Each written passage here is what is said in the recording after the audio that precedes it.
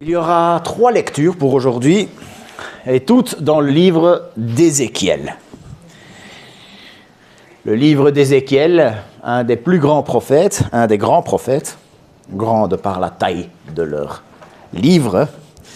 Le premier, c'est Ézéchiel, chapitre 3, du verset 16 au verset 21. Au bout de 7 jours, la parole de l'Éternel me fut adressée en ces mots. Fils de l'homme, très important ça. Je t'établis comme sentinelle sur la maison d'Israël. Tu écouteras la parole qui sort de ma bouche, et tu ne parleras pas. Non. Et tu les avertiras de ma part. Quand je dirai aux méchants, oui, tu mourras, si tu ne l'avertis pas, si tu ne parles pas pour avertir le méchant de se détourner de sa mauvaise voie et pour lui sauver la vie, ce méchant mourra dans son injustice, mais je te réclamerai son sang. Mais si toi, tu avertis le méchant et qu'il ne se détourne pas de sa méchanceté et de sa mauvaise voie, il mourra dans son injustice et toi, tu sauveras ta vie. Si un juste se détourne de sa justice et fait ce qui est pervers, je mettrai un piège devant lui et il mourra. Si tu ne l'as pas averti, il mourra dans son péché. Et on ne se rappellera plus de ses actes de justice qu'il a faits. Et je te réclamerai son sang.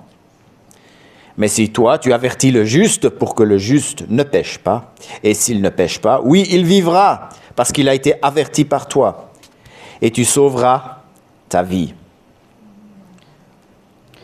Le deuxième passage que nous allons lire, c'est Ézéchiel au chapitre 18. Ézéchiel 18, les 4 premiers versets. La parole de l'Éternel me fut adressée en ces mots. Qu'avez-vous à dire ce proverbe sur la terre d'Israël? Les pères mangent des raisins verts et les dents des enfants sont agacées. Je suis vivant, oracle du Seigneur, l'Éternel. Vous n'aurez plus lieu de dire ce proverbe en Israël. Voici, toutes les âmes sont à moi, l'âme du Fils comme l'âme du Père. L'une et l'autre sont à moi. L'âme qui pêche est celle qui mourra. Et puis, le troisième passage, c'est Ézéchiel 33. Ézéchiel 33. Verset 10 et verset 11. Et toi, fils de l'homme, dis à la maison d'Israël, vous dites, nos crimes et nos péchés sont sur nous et c'est à cause d'eux que nous sommes frappés de langueur. Comment pourrions-nous vivre? Dis-leur, je suis vivant, oracle du Seigneur l'Éternel. Ce que je désire, ce n'est pas que le méchant meure, c'est qu'il change de conduite et qu'il vive. Revenez, revenez de vos mauvaises voies. Pourquoi devriez mourir, maison d'Israël? Voilà. Est-ce qu'on peut essayer de remettre ça? Il était coupé.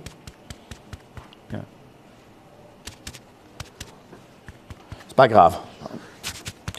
On va rester sur le normal. C'est pas grave. Un compositeur que j'aimais beaucoup dans ma jeunesse, il s'appelait Ted Kirkpatrick, compositeur américain, une musique un peu particulière, je peux vous faire écouter ça, mais vous me demanderez ça après. Mais les textes de ses chansons étaient assez extraordinaires. Je vais en lire un que j'ai traduit. Alors il faut savoir qu'il n'est pas en train de parler de lui-même ici. Il est en train de relater les paroles d'un homme qui a été violent envers sa famille. Des paroles qu'il a entendues et il a mis en chanson. Les voilà. Toute ma personnalité a été façonnée par les autres, pas par moi. Quand je regarde en arrière sur ma vie, une vie toujours remplie de conflits, j'ai suivi une mauvaise voie et ce n'est la faute de personne sauf la tienne. Mon papa à moi m'a toujours poussé dans l'escalier, alors comprends-moi si je fais la même chose avec toi. Tu as l'impression que je ne me soucie de rien, mais si tu savais ce que moi j'ai traversé, tu ferais la même chose. Je ne peux pas faire un pas sans entraîner tout mon passé. Mon papa, à moi, il jurait tout le temps. Alors comprends-moi si j'ai un mauvais langage. Excuse-moi si je crie, pardonne-moi si je te dis d'arrêter de me vendre ton Dieu au ciel. C'est pour ça que je suis comme je suis. Et si je peux continuer comme ça jusqu'à la fin de mes jours, peut-être que je n'aurai jamais à assumer mes actes. Ce qui ressort de ce texte, c'est un des traits les plus marquants de la race humaine. Celle de pouvoir dévier la responsabilité.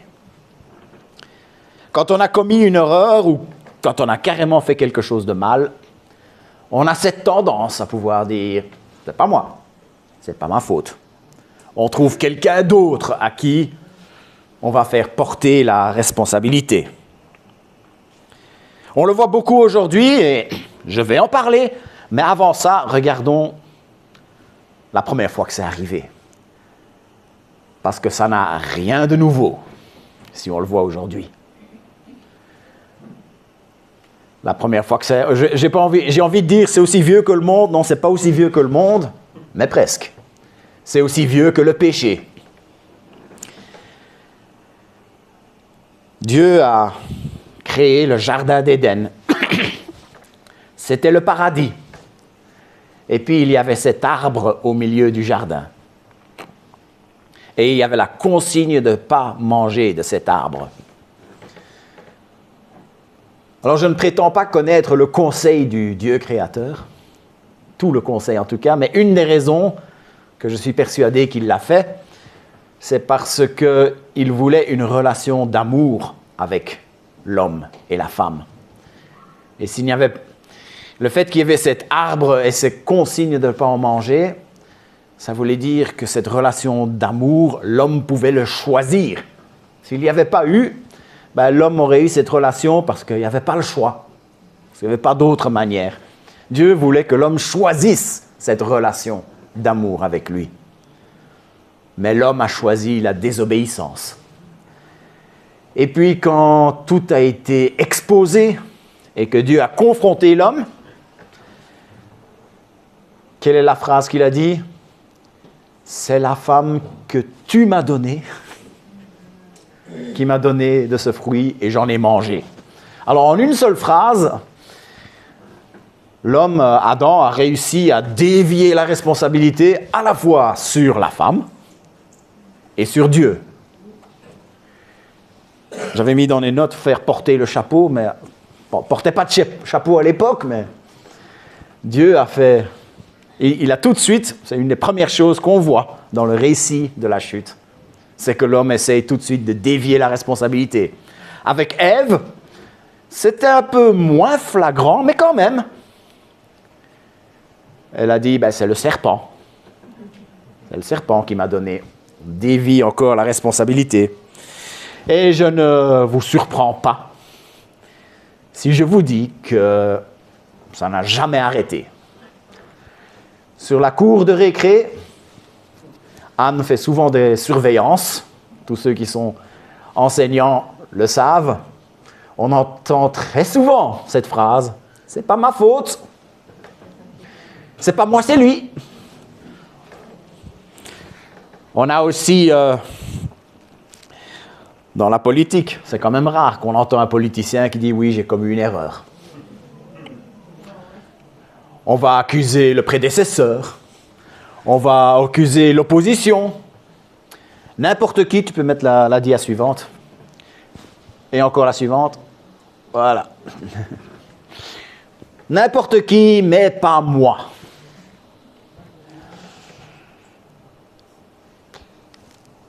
On peut aussi voir, depuis quelques années, j'ai connu plus ou moins le début de ça, on parle de la génétique.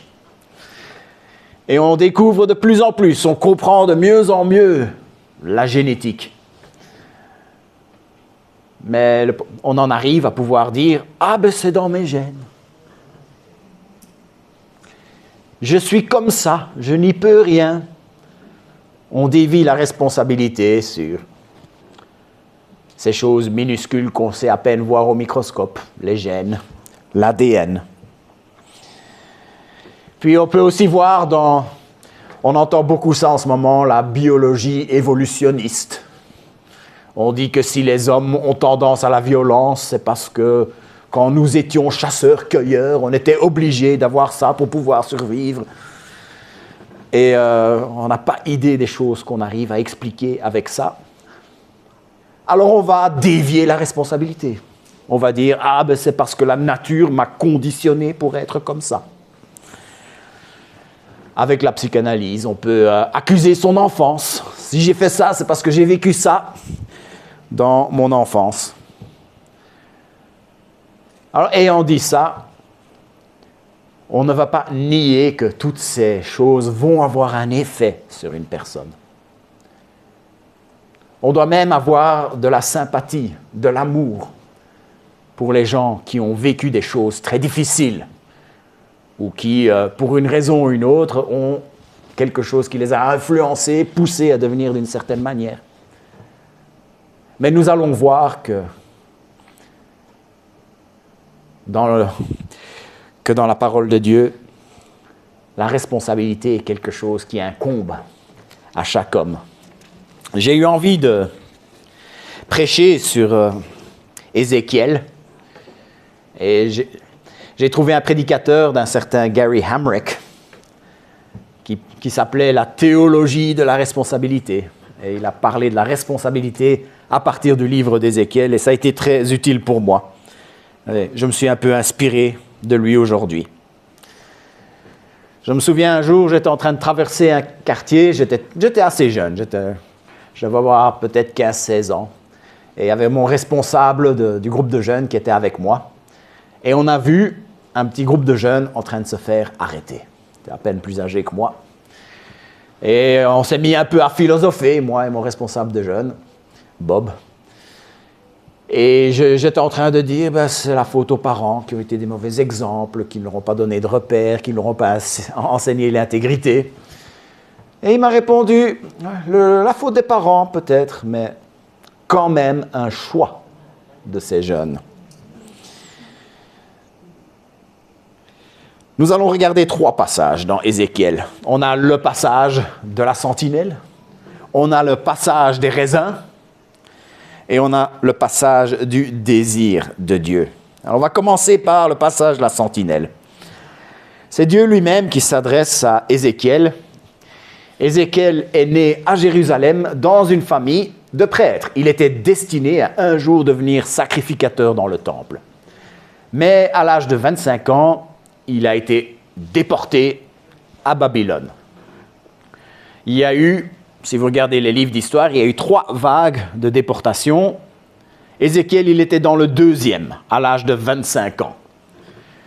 Daniel, lui, qu'on connaît aussi très bien, lui, il était dans la première vague. Ce qui veut dire que quand Ézéchiel est arrivé à Babylone, où il était dans la région de Babylone, Daniel était déjà en place et on sait bien que Daniel, il était dans les hautes sphères du pouvoir babylonien. Donc Daniel était déjà très connu à l'époque et il est d'ailleurs mentionné 3 fois dans le livre d'Ézéchiel. Les prêtres démarrent leur service à l'âge de 30 ans. Quand Ézéchiel est arrivé à l'âge de 30 ans, il était loin du temple. Il n'a pas pu commencer son service en tant que sacrificateur, mais au lieu de cela, Dieu lui donne un message. Pas le plus marrant des messages, mais un message très important pour le peuple qui se trouvait là-bas, à Babylone. Dans un premier temps, c'est un message d'avertissement. Ce qui attendait le peuple allait être terrible. Terrible, mais tout de même de la main de Dieu. Et Dieu voulait s'assurer qu'avant ça, il soit vraiment bien informé. Et il utilise l'image d'une sentinelle. À l'époque où il y avait les villes qui étaient entourées, on peut mettre l'image, Les villes étaient entourées de murs. On postait les sentinelles sur le mur. Et leur rôle, c'était de scruter l'horizon. S'ils voyaient un ennemi, ils devaient sonner l'alarme. Comme ça, le reste de l'armée pouvait se mettre à leur poste, aller chercher leurs arcs, etc., se mettre bien en place pour pouvoir riposter, empêcher l'ennemi de faire une brèche. Maintenant, imaginez que cette sentinelle voit l'ennemi et qui prend la poudre d'escampette, qui met les jambes à son cou. Il décide, je vais quitter cette ville, si je me dépêche, je vais arriver à cette autre ville qui est un peu plus solide, un peu plus costaude, ou j'ai un ami qui a une grotte là-bas, ou je ne sais pas trop quoi. Qu'est-ce qui se passerait? Bien, l'ennemi va pouvoir s'approcher et va peut-être même pouvoir attaquer avec l'effet de surprise. Mais Dieu, il ne veut pas châtier par l'effet de surprise. Dieu tient à ce que la personne qui attend un châtiment soit avertie.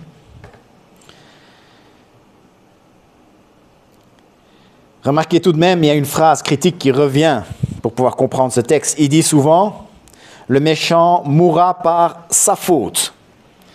Même si Ézéchiel n'avait pas fait ce que Dieu attendait de lui, le méchant allait mourir par sa faute. Si Ézéchiel s'était tué, Dieu aurait réclamé le sang, mais ça n'enlève rien au fait que le méchant est puni pour son propre péché. La responsabilité du pécheur reste chez le pécheur. La responsabilité du péché reste chez le pécheur. On peut concocter toutes les excuses des mondes. On est responsable de notre péché. Peut-être qu'on a manqué de repères dans notre enfance, on est responsable de notre péché. Peut-être qu'on a grandi dans un environnement toxique, on est responsable de notre péché. Peut-être qu'il y a des facteurs génétiques, on est responsable de notre péché. Quel que soit notre vécu, chaque péché qu'on commet, c'est parce que quelque part on l'a bien voulu. Au verset 19, on trouve une deuxième fois cette phrase, cette locution. Il mourra à cause de sa faute. Et dans ce cas-là, c'est quelqu'un qui a été averti. Ézéchiel aurait fait ce que Dieu avait demandé. Et il aurait accompli son rôle, il aura délivré son âme. Notre rôle à nous, c'est d'avertir, c'est de dire. Notre rôle à nous, ce n'est pas de forcer les gens, ce n'est pas de pousser les gens. Il n'y a que le Seigneur qui peut faire cela. Le Seigneur ne nous demande pas de sauver les gens. C'est le Seigneur qui sauve les gens.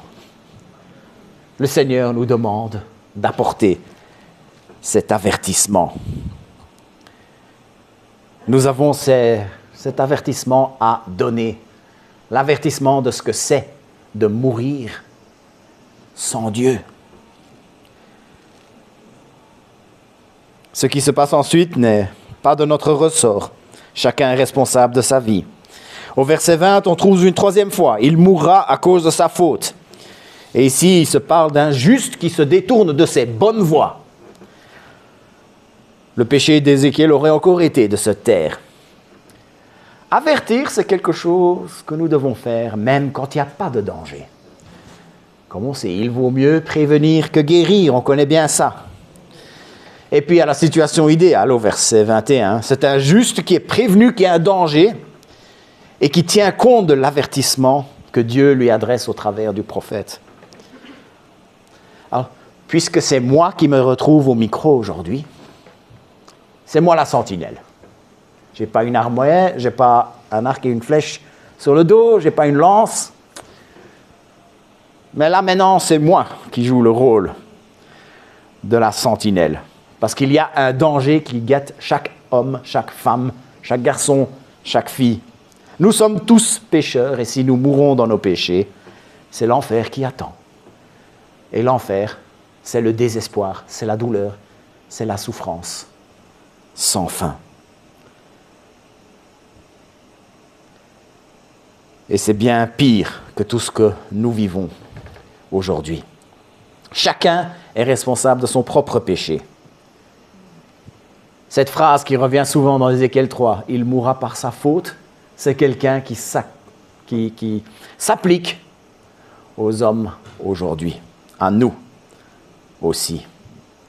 Et tout comme dans Ézéchiel 3, il y a une autre voie, la voie de rester en vie parce qu'on s'est laissé avertir.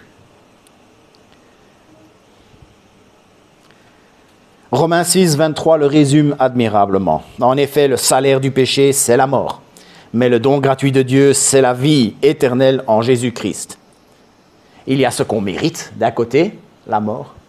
Il y a ce qu'on ne mérite pas de l'autre côté, la vie éternelle. Mais ce que l'on ne mérite pas, nous le recevons quand même, grâce au sang de la nouvelle alliance, grâce à l'œuvre de Jésus-Christ. Un jour, là c'est moi qui est en train de le dire au micro, mais en sortant d'ici, c'est vous les sentinelles qui allez le dire autour de vous. Et si vous le dites, on va utiliser le même langage que Ézéchiel 3, en disant « Vous aurez délivré vos âmes ». Avertir comme Dieu demande, c'est délivrer son âme. N'est-ce pas quelque chose que nous devrons désirer? Maintenant, le deuxième passage dans Ézéchiel, par rapport à la responsabilité. Ézéchiel 18, 1 à 4, c'est le passage des raisins. Et là, c'est encore Dieu qui parle à son peuple. Et il charge son prophète de faire passer un message important. Il y avait un proverbe que les gens avaient l'habitude de se dire. Ce sont les pères qui mangent des raisins verts, ce sont les enfants qui ont mal aux dents.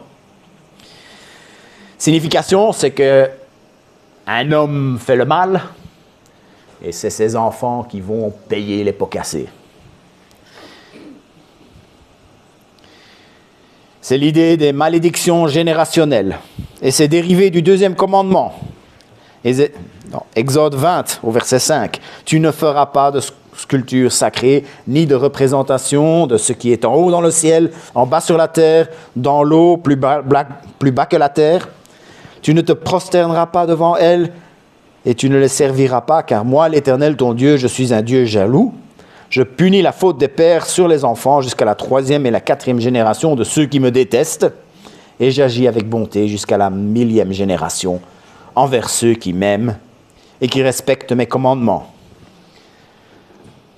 Je ne sais pas si vous l'avez repéré, mais dans Ézéchiel, on a un verset qui dit que les pères ne seront pas punis pour la faute. Les enfants ne seront pas punis pour les fautes des pères. Et puis dans Exode 25, on a un verset qui dit que les enfants vont être punis. Est-ce qu'on a une contradiction là? J'espère que vous me connaissez assez pour savoir que je vais dire non. Oui, vous me connaissez assez, c'est déjà bien. En fait, dans Exode 20 au verset 5, on est dans un contexte où on parle d'idolâtrie. Un homme qui pratique l'idolâtrie, il va élever son enfant dans cet environnement. D'ailleurs, les 4 générations, à l'époque, vivaient tous sous la même tente. Les 4 générations. Un enfant va probablement faire la même chose. Ils seront donc punis, mais pour leur propre péché. Dans Ézéchiel, il est en train d'insister encore une fois que chacun est responsable de son propre péché. Chacun va payer pour les pots qu'il a cassés. Il n'y a pas de place pour dire « c'est pas ma faute, c'est pas moi, c'est lui ». Lisons plus loin, dans Ézéchiel 18. Dans le verset 19, vous dites « Pourquoi le fils ne supporte-t-il pas les conséquences de la faute commise par son père ? C'est parce que le fils a appliqué le droit et la justice, c'est qu'il a respecté et mis en pratique toutes mes prescriptions, il vivra. Celui qui pêche, c'est celui qui mourra. Le fils ne supportera pas les conséquences de la faute commise par le père. Et le père ne supportera pas les conséquences de la faute commise par son fils. Le juste sera préservé à cause de sa justice, et le méchant sera condamné à cause de sa méchanceté. Ce passage m'a rassuré par rapport à quelque chose. Je me suis souvent posé, s'il y a quelqu'un qui commet un péché grave, est-ce que Dieu va punir le reste de l'Église à cause de ça? Évidemment, ce passage parle de la famille, les péchés du père, les conséquences sur les enfants. Mais pourquoi est-ce que ce ne serait pas vrai dans tout le reste? Les conséquences pour un péché grave seront à payer par la personne qui a commis le péché. Nous ne devons pas avoir peur que Dieu nous punisse, nous, pour le péché d'un autre. C'est quelque chose pour lequel nous avons le droit d'être rassurés. Nous avons à regarder à nos vies, à nous. Et si en regardant la vie à nous, je me rends compte que c'est moi le méchant, que c'est moi le pécheur, eh bien, il suffit de lire le verset suivant. Si le méchant renonce à tous ses péchés qu'il a commis, s'il respecte toutes mes prescriptions, qu'il applique le droit et la justice, il vivra, il ne mourra pas. Toutes les transgressions qu'il a commises seront oubliées. Il vivra grâce à la justice qu'il a pratiquée. Est-ce que je prends plaisir à voir le méchant mourir, déclare le Seigneur? N'est-ce pas plutôt à le voir changer de conduite et vivre? Il n'est jamais trop tard, tant que nous vivons, de pouvoir se remettre à pratiquer la justice. Maintenant, nous ne pratiquerons jamais assez bien la justice pour pouvoir tout racheter. Mais Jésus, lui, il a pratiqué la justice. Et sa justice à lui, elle est comptée sur nous. On voit ici, au verset 20, la possibilité de retourner dans la faveur de l'Éternel. Retourner dans la faveur de l'Éternel est quelque chose qui est parfaitement à notre portée, grâce à l'œuvre de Christ. C'est un aspect du caractère de Dieu qui est particulièrement mis en avant dans le 3e passage, en Ézéchiel 33, le passage qui parle du désir de Dieu. En Ézéchiel 33, 10 et 11, il dit de nouveau, nous sommes responsables de nos actes, et nous avons le choix, mais Dieu, il a vraiment envie qu'on fasse le bon choix. Faire un petit peu de théorie, tu peux mettre la dia suivant, un petit peu de théorie sur la volonté de Dieu. En général, ce n'est pas biblique, mais les gens ont regroupé ça en 3 types de volonté de Dieu. La volonté décrétive, la volonté préceptive et la volonté spécifique. La volonté décrétive, c'est tout ce que Dieu veut et qui finit par arriver. Il a décrété que le monde devait venir à l'existence. Et ça s'est fait. Il a décrété que le salut devait venir par Jésus-Christ. Et il l'a fait. Il a décrété qu'il nous emmènera avec lui dans son paradis. Et il le fera. Ça, c'est la volonté décrétive. Puis on a la volonté préceptive. Et ça, ce sont les choses que Dieu désire, mais pour lesquelles il laisse un choix. Il désire nous voir chercher à le connaître. Il désire nous voir vaincre le péché dans nos vies. Il désire nous voir avoir confiance en lui. Maintenant, si nous ne le faisons pas, ce sont des choses qui n'arriveront pas. Mais c'est ce qu'il désire. Puis la dernière, celle-là, elle est un peu à prendre avec des pincettes. La volonté spécifique. Oui, ça c'est la volonté pour Martin. La volonté pour moi. Et Dieu a un plan pour chacun de nos vies. Malheureusement, certaines personnes ont une vision de ça qui doit être un peu corrigée. Ils ont visé le plan de Dieu pour ma vie, ils voient ça comme un labyrinthe et qu'il y a un seul chemin possible pour arriver à la bénédiction de Dieu. Et que le moindre faux pas de travers fera qu'on passe à côté du plan de Dieu pour moi et que Dieu ne me bénira pas. Ça, c'est quelque chose qu'il faut oublier. C'est du genre la personne qui dit est-ce que je dois étudier à Bruxelles ou est-ce que je dois étudier à Charleroi? On hésite. On a peur que si Dieu voulait que j'aille à Charleroi et que je vais à Bruxelles, que c'est fini pour ma vie. Et qu'on finit par aller ni l'un ni l'autre. Je caricature un peu, mais rien qu'un peu. Alors Dieu peut se servir de toi que tu as étudié à Bruxelles. Dieu peut se servir de toi si tu vas à Charleroi. Dieu peut se servir de toi en tant que pasteur. Dieu peut te servir de toi en tant qu'enseignant.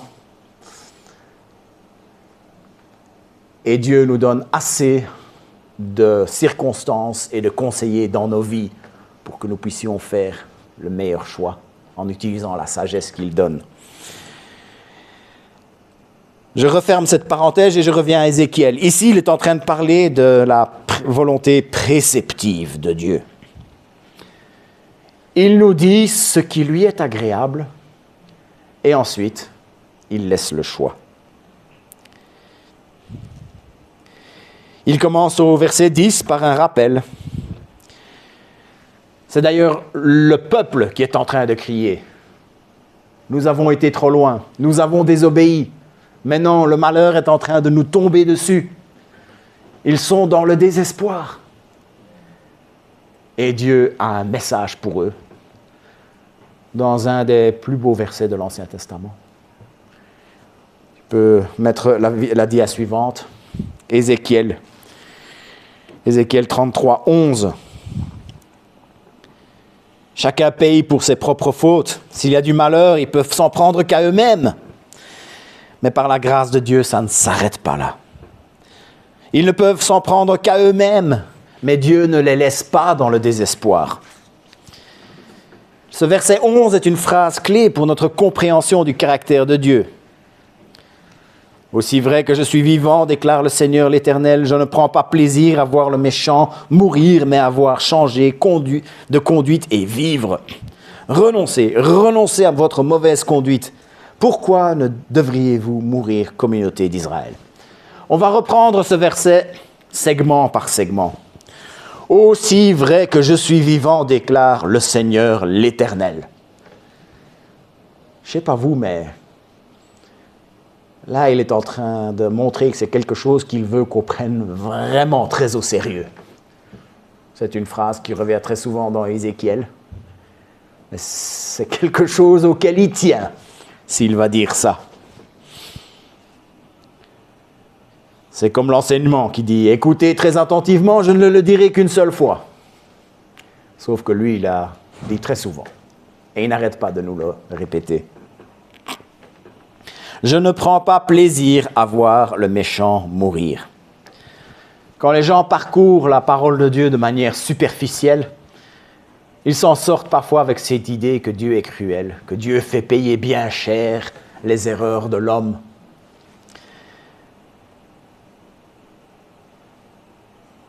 Mais sa justice fait partie de sa nature. La méchanceté mène à la mort par la main de Dieu. Dieu fait ce qui est juste, parce que Dieu est justice. Mais c'est quelque chose qui l'attriste. Ce n'est pas quelque chose dans lequel il prend plaisir. Ça l'attristait à un tel point qu'il a été prêt à donner son fils. Ça l'attriste à un point que nous ne pourrons jamais comprendre. Mais je prends plaisir à voir le méchant changer de conduite et de vivre. La méchanceté mène à la mort, mais le changement de conduite mène à la vie. Et c'est là que se retrouve réellement la joie du Seigneur. Il ne nous oblige pas à le faire. Mais il nous fait savoir qu'il a vraiment envie qu'on le fasse. Il a vraiment envie de nous donner la vie. Et il veut qu'on le sache. Renoncez à votre mauvaise conduite. Pourquoi devriez-vous mourir, communauté d'Israël? Il est en train d'implorer son désir de voir les gens se tourner vers lui et prendre ce pardon qu'il offre. C'est quelque chose qu'il a vraiment très, très à cœur. Il avait tellement envie de nous voir revenir à lui qu'il a donné son Fils. Il avait tellement envie de nous voir revenir à lui que Jésus-Christ est mort à la croix pour pouvoir nous apporter le pardon qui nous enlève ce châtiment. Il dit que c'est pour la communauté d'Israël, mais on découvre plus loin dans le déroulement de la révélation du plan de Dieu pour l'humanité qu'ultimement, c'était pour toutes les nations. C'était pour la communauté d'Israël et pour les nations, chacun d'entre nous. Afrique, Asie, Amérique du Nord, Amérique du Sud, Océanie. Il avait déjà à cœur toutes ces nations. Chaque homme, chaque femme, chaque garçon, chaque fille est responsable du mal. On n'aura jamais à payer pour le mal d'un autre. Les facteurs génétiques, les facteurs environnementaux, ils sont là et ils ont leurs influences. Mais nous avons toujours un choix. Nous avons aussi le choix de pouvoir confesser notre péché. Est-ce que quelqu'un peut aller chercher la musicienne parce qu'on arrive à la fin? Hein? Pardon? Pardon? On n'a pas le temps pour chanter. Quoi? Non. Allez. Je reviens. Le mot original pour confesser, c'est homologeo. D'où on a le mot homologue. Homo, ça veut dire la même. Logeo, ça veut dire parler, dire. Homologeo, dire la même chose. Mon homologue à Herstal, c'est le pasteur Thomas, il dit la même chose que moi à Herstal, mon homologue. Nous sommes appelés à dire la même chose que Dieu. Dieu dit que je suis pécheur. Confesser, c'est dire la même chose. Je suis pécheur. Dieu dit que, étant responsable de mon péché, je mérite la mort. Confesser, c'est dire la même chose. Je suis responsable de mon propre péché. Je mérite la mort. Dieu dit que j'ai besoin du sang de Christ pour recevoir le pardon qu'il donne gratuitement. Confesser, c'est dire la même chose. J'ai besoin du sang de Christ. Je ne peux pas me sauver par moi-même. Si nous confessons nos péchés, il est fidèle et juste pour nous les pardonner et nous purifier de toute iniquité. Est-ce que quelqu'un est prêt à le faire aujourd'hui? Je ne vais pas faire l'appel, je ne vais pas demander de lever les bras, mais je vais faire une prière que je vous invite à faire avec moi si vous ne l'avez encore jamais fait. Seigneur notre Dieu, je suis pécheur. Seigneur mon Dieu, je mérite la mort. Mais Seigneur mon Dieu, j'accepte le cadeau que tu me donnes. Je te demande pour que la mort à la croix de Jésus puisse être comptée pour moi. Je demande à ce que la justice de Jésus-Christ soit comptée pour moi. Seigneur Jésus, je me détourne de mes mauvaises voies et je choisis de te suivre. Je confesse mes péchés et je te remercie parce que tu es fidèle et juste, tu me les pardonneras.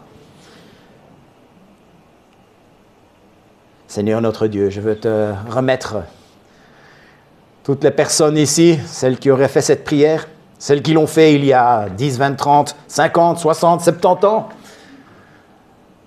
Seigneur, que nous puissions être des sentinelles fidèles qui avertissent de ce danger. Seigneur, que nous puissions utiliser les opportunités que tu mets devant nous pour le faire. Seigneur, empêche-nous de dévier la responsabilité. Empêche-nous de faire comme si rien n'était ou de dire que c'est la faute de quelqu'un d'autre.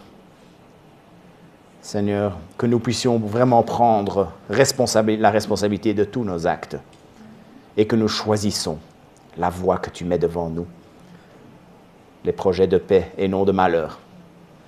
Te demandons tout cela au nom de ton Fils Jésus. Amen.